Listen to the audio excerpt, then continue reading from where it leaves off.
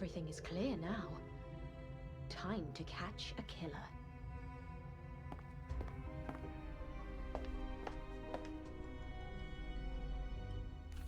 Anna, did you find anything? I think I did. Yes. Have the police arrived yet? What? No, not yet. But they will be here very soon. I need to pack my bags. Claudia, please sit down. We have some time before the police arrive and can examine the results of my investigation. What investigation? I became suspicious after the death of Professor Kinski. And then, when Ulla died, I was certain they were both killed. What do you mean, Anna? What kind of a motive could I have? Very well, Giovanni. I shall start with you. You are an opera singer in La Scala, although not a very successful one. Anna, that is none of your business. Nevertheless, you were hoping for a promotion, and you were this close to releasing a record. But suddenly everything collapsed, thanks to Mr. Peterson. What? You see, Mr. Peterson has always taken an interest in opera, and being a wealthy industrialist, was able to provide money to theaters across Europe, including La Scala. He disliked Giovanni's last performance, and demanded La Scala cancel his record and promote another singer instead. Isn't this so, Giovanni? It is true. It is true. But it does not mean I killed him. I cannot believe this. What a shame, Giovanni. Mr. Peterson ruined your professional career, and you were angry. It's getting cold in here. The fire needs more wood.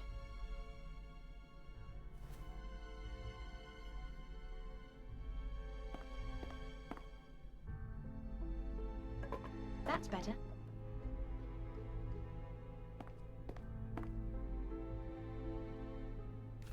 Do you know who the killer is, Anna? I think I do. By the way, were you surprised I found a Hindu coin in Professor Kinski's room? What do you mean? Did you know Professor Kinski? Well, I... sort of. Ladies and gentlemen, what Professor Clark is trying to say is that he and Professor Adam Kinski were students at the same university, and formerly very good friends. But a girl you were going to marry ran away with Professor Kinski.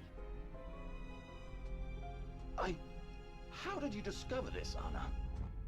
By searching Professor Kinski's luggage. Isn't it true you had threatened him before this? Well, yes. But I swear I didn't kill him. In fact, when he saw me, he decided to leave, but then he died. How convenient.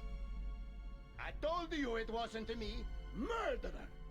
I didn't do it, honestly. I was as surprised as you. But you were glad he was dead. Anna, please. Otto, I almost forgot about you. What? Did I also kill Professor Kinski? No. However, you do have a nice little smuggling operation going on here. What? At first, I was confused by all the cigarettes in the cellar, but then I realized. Do you remember the day Dr. Hartman was killed? When he gave a note to me and Walter? Oh my God! Otto!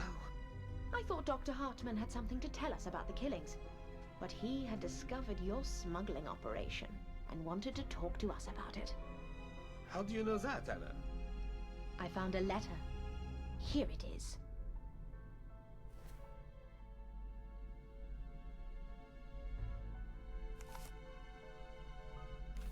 What do you think, Father? Well, I don't think what is written here is true. Why? Because he thinks you were also involved in the smuggling? What? Are you mad?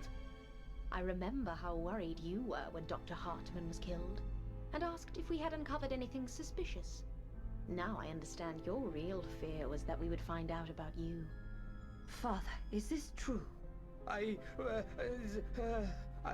He was helping Otto to communicate with customers. He travels a lot around this area, and knows local people. Very convenient. And then Dr. Hartman found out, and he died.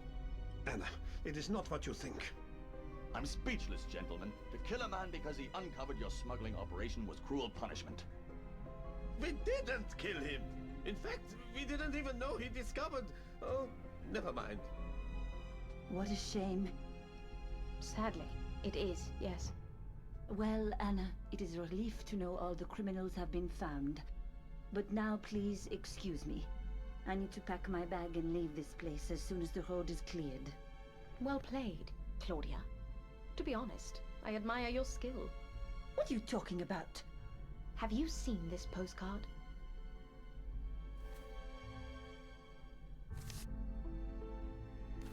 Nice postcard. What is so special about it? Do you recognize the city? It is Munich. Everyone can see that. I wonder why you have a postcard of Munich. Anna, I do not have time for these silly questions. I must leave. Anna, what are you doing? Let her go. Gentlemen, please, let me tell you Claudia's story. I promise you will not be disappointed. This is ridiculous. Claudia Kopp was born in Munich. Claudia, you told me you were French. And why did she call you Claudia Kopp when your last name is Perret? Kopp is her maiden name. She got married in France and became Claudia Perret. After she divorced her husband, she returned to Germany and joined a covert operations group, seeking to bring the Nazi party to power. What? Go on. She was introduced to Mr. Peterson and started working as his nurse. And so she gained access to his wealth and connections. Did she kill? In the covert operations group, she was part of the unit dealing with Oriental religions, occultism, and their connections to Nazi symbolism and power. Her first task was to get in touch with a British professor who had just discovered a breakthrough in the search for immortality.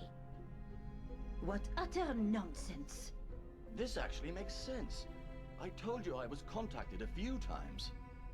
Claudia knew the professor would be at this hotel, so she persuaded Mr. Peterson to come here for a short holiday. Mr. Peterson was sick, and doctors told us to go to the Alps.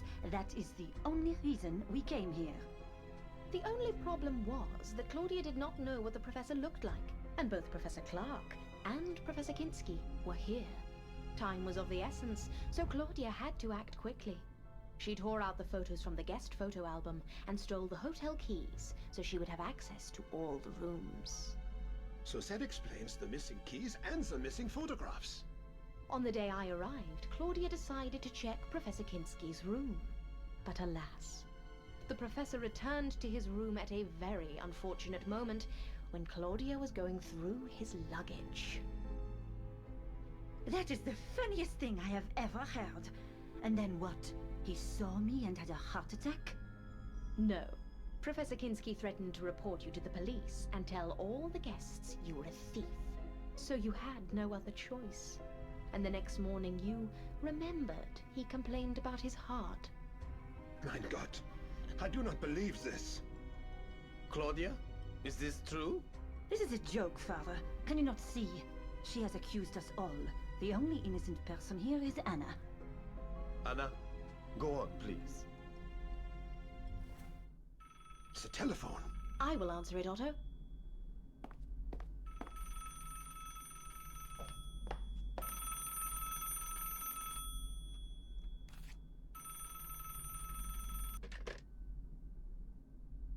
Good afternoon. May I speak to Miss Claudia Perret? Who is calling? A good friend. Is she there? Yes, but she's busy. Is she all right? Yes, she's perfectly fine. Do you have a message? Yes. Please tell her that the plans have changed. What plans? She knows. What is your name? Helmut. Tell her Helmut. I will. Thank you and have a good day.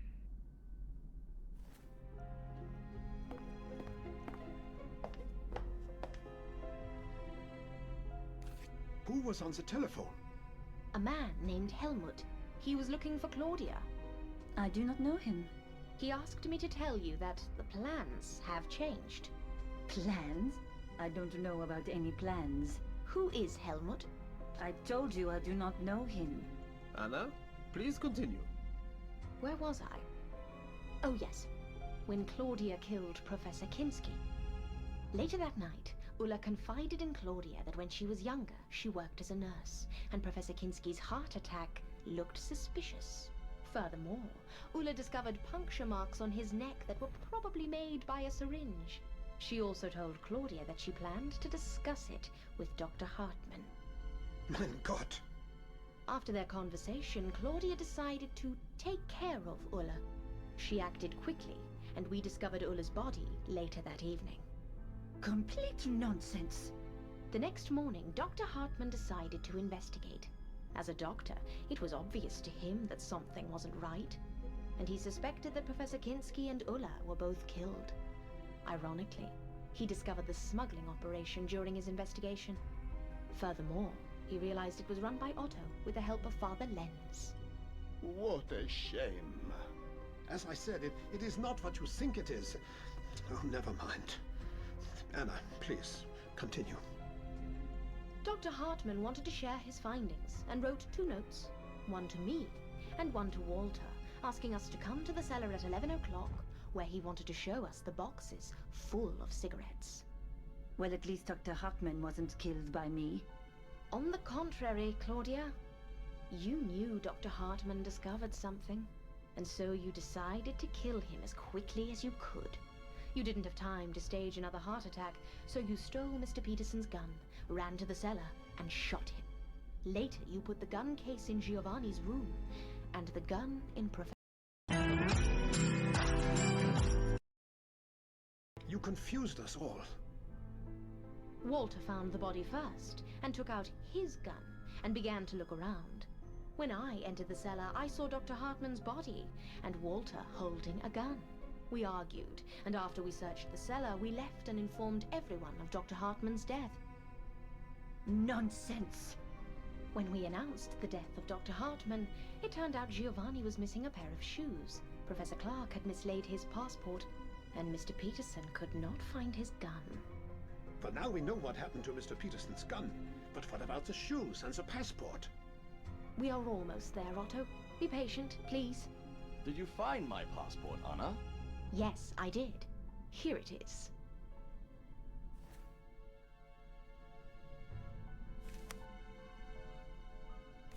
Later that day, Claudia pretended to be attacked. It removed all suspicion from her, but a tiny little detail immediately caught my attention. A syringe from Dr. Hartmann's medical chest. I asked Claudia if she had any visitors, and since she had to improvise quickly, she told me Dr. Hartmann was in her room, which was impossible, because he was in a wheelchair and couldn't make it to the 2nd floor. I must have mixed him up with somebody else. Later that night, when I shared my concerns with Otto, Claudia entered the room. She was obviously worried, and wanted us to suspect Walter. When I went to the cellar before going to bed, wearing Giovanni's shoes, Claudia locked me up and turned off the lights. And when I got out, I saw the fresh shoe prints made by a man. It was very clever. And dragged his body as far away as she could. Then she returned to the hotel and spent the night with Giovanni. A perfect alibi.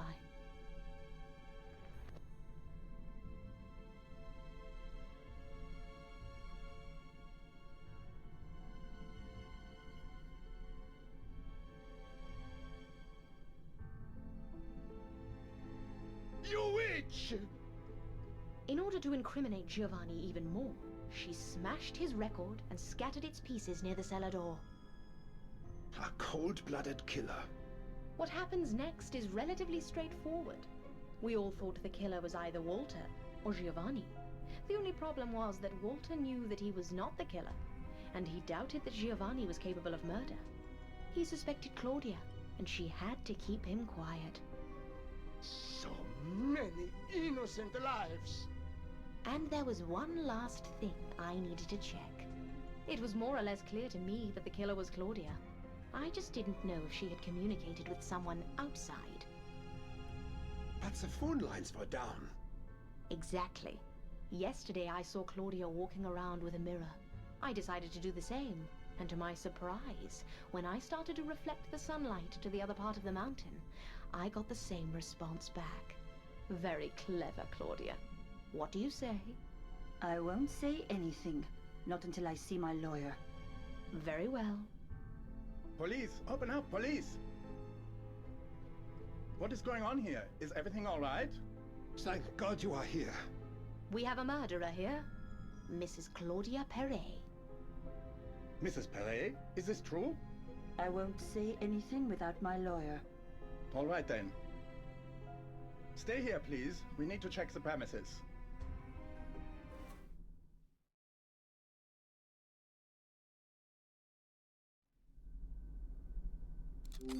Anna, thank you very much for helping us solve the case. I'm glad I could help. We will take Claudia into custody. That is good to hear. I suggest you stay at the hotel for one more night, as it is too late to set off on a long trip. Do you mind, Otto? No, of course not. After everything that has happened, I am not sure I could sleep here alone anyway. Very well. Have a good rest. Thank you. Goodbye.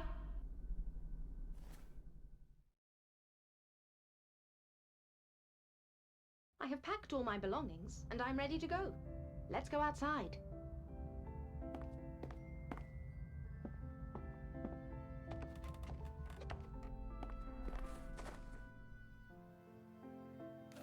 Good morning. Thank you very much, Anna. Good morning. You are welcome, Otto. Well, I hope you will come here again. I will. Anna, I have one question. Yes? I don't really know how to say this. About my other business. Oh, you mean the smuggling? It is none of my business. But you will get caught eventually, Otto. If I were you, I would stop. Thank you. The car is waiting for you. It will take you to town. Have a safe trip home, Anna. Take care.